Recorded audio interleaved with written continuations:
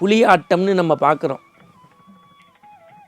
அது அங்கே குதித்து இங்கே குதித்து தவ்வி கிராமங்களில் திருவிழாக்களில் ஆடிகளில் புலியாட்டம் பார்க்காதவர்கள் கிடையாது, புலிவேஷம் போடாதவர்கள் கிடையாது. ஆனால் என்றைக்காவது புலியாட்டத்தை உண்மையான புலி பார்த்தால் சத்தம் போடாமல் தலைதெறிக்க ஓடிவிடும். நம்முடைய பண்டைய மரபுகளை, நம்முடைய நாகரிகத்தை, பண்பாட்டை பறைசாற்றக்கூடிய 12ஆம் திருமுறை நாயன்மார்களுடைய வாழ்வியல் குறித்து நிறைய முறை நாம் சிந்தித்திருக்கிறோம். இந்த மண்ணுலகில் நடையில் நின்றுயர் நாயகனாக, அழிக அழகனாக, அவதார புருஷனாக, இன்றைக்கி நடையில் நின்றுயர் நாயகன் யார் யார் பெயரையோ போட்டு அடிக்கிறாங்க. அதெல்லாம் மகா தப்பு. அந்த வார்த்தைக்கு ஒருவருக்குத்தான் இந்த மண்ணில் பொருள் உண்டு, அவர்தான் ராமச்சந்திரமூர்த்தி.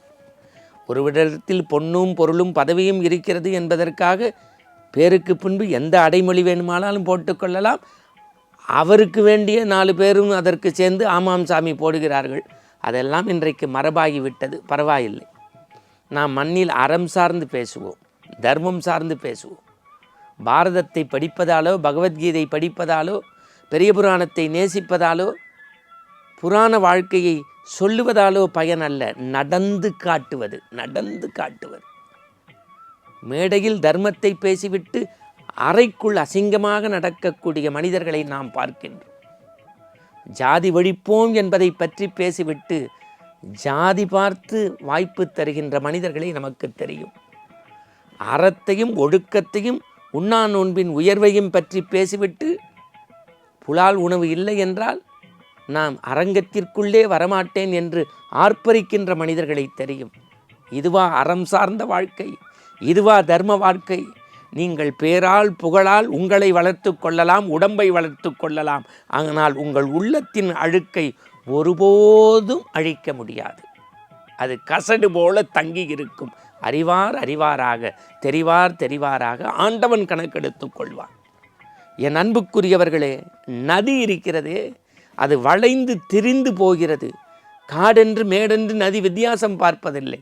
ஆனால் தன்னுடைய புனிதத்தன்மையை ஒருபோதும் அது இழப்பது அல்ல. நதியினுடைய இயல்பு தூய்மை, கண்ணாடி போன்ற தண்ணி. நான் ஒன்று கேட்கின்றேன், கரும்பு வளைந்து நெளிந்திருக்கிறது, அங்கங்கே கணுக்கள் இருக்கிறது.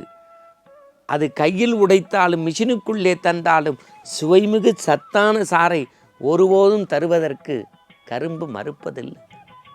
நதியின் இயல்பு அப்படி, கரும்பின் இயல்பு அப்படி. பாவக்காய் பார்ப்பதற்கு பளபளப்பாக இருக்கிறது, வளைந்து நெளிந்து தொங்குகிறது. ஆனால் உடைத்தால் கசப்புத்தான். காரணம், அது தன்னுடைய குணத்தை ஒருபோதும் மாற்றிக்கொள்வதில்லை. ஆனால் மனிதன், மனிதனுக்கு மனிதன் எத்தனை முகங்கள், எத்தனை குணங்கள், எத்தனை செயல்கள். அப்பப்பா, அவனுடைய எண்ணம் மலர வேண்டாமா? அவனுடைய உள்ளம் உயர வேண்டாமா? 1330 குறள், 133 அதிகாரம், அதிகாரத்திற்கு 10 தந்த வள்ளுவன் தான் சொன்னான், வெள்ளத்தணையது மலர் நீட்டம், மாந்தர்தம் உள்ளத்து அணையது உயர்வு. அப்படின்னா என்ன அர்த்தம்? உன்னுடைய உயரம், உன்னுடைய எண்ணத்தின் உயரம். எண்ணம் உயர உயர உயர உயர தண்ணீரின் உயரம், தாமரையின் உயரம் போல உன்னுடைய உயரம், உன்னுடைய எண்ணத்தின் உயரம். எண்ணத்தை விரிவு செய். மானுட சமுத்திரம் நான் என்று கூவு. மனம் மலர்ந்தால் மங்களகரமான வாழ்வு கிடைக்கும். புலியாட்டம்னு நம்ம பார்க்குறோம். அது அங்கே குதித்து இங்கே குதித்து தவ்வி கிராமங்களில் திருவிழாக்களில் ஆடிகளில் புலியாட்டம் பார்க்காதவர்கள் கிடையாது, புலிவேஷம் போடாதவர்கள் கிடையாது. ஆனால் என்றைக்காவது புலியாட்டத்தை உண்மையான புலி பார்த்தால் சத்தம் போடாமல் தலைதெறிக்க ஓடிவிடும். ஒரு காலமும் புலி அப்படி தவ்வி குதித்து ஆடுவது புலியினுடைய இயல்பு அல்ல. வனப்பகுதியில் மௌனம் சாதித்து ஒரு தபோவனத்து முனிவனைப் போல தன் வேலையை மட்டுமே தன்னை சீண்டாதவரை தானே நடந்து அமைதி காப்பதுதான் புலியினுடைய இயல்பு.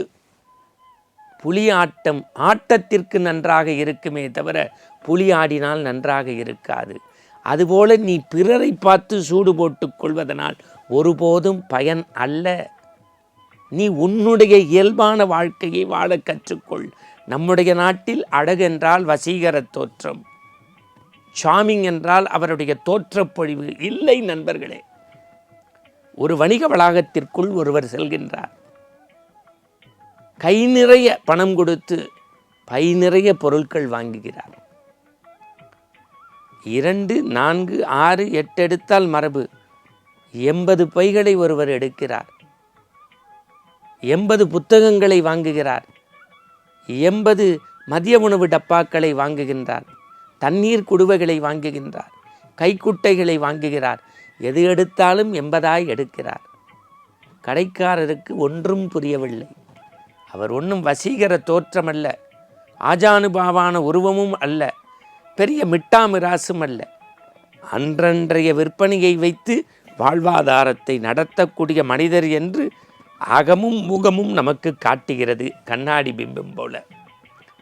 ஆனால் எல்லாவற்றையும் நிறைவு செய்து அந்த பில்லை எடுத்தபோது கடைக்காரர் கேட்டார், நீங்கள் எதுவும் பள்ளிக்கூடம் நடத்துகின்றீர்களா என்று.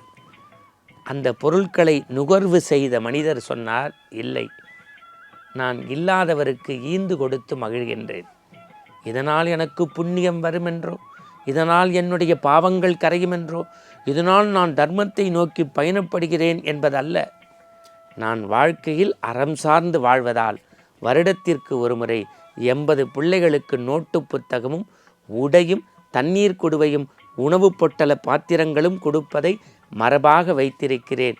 என் வாழ்க்கையில் ஈந்து கொடுத்து மகிழ்வது என்றும் ஆண்டுக்கு ஒரு முறை என்கின்றார். இதை கேட்ட அந்த கல்லாப்பெட்டியில் அமர்ந்த மனிதர், வணிக வளாகத்தின் உரிமையாளர், தன் கையில் இருந்த அந்த சிட்டையை எடுத்து ஒரு கோடிட்டு பாதிக்கு பாதி என்று எழுதி பாதி பணத்தை திரும்பி தந்தார். பாதி பணத்தை திரும்பி தந்தார்.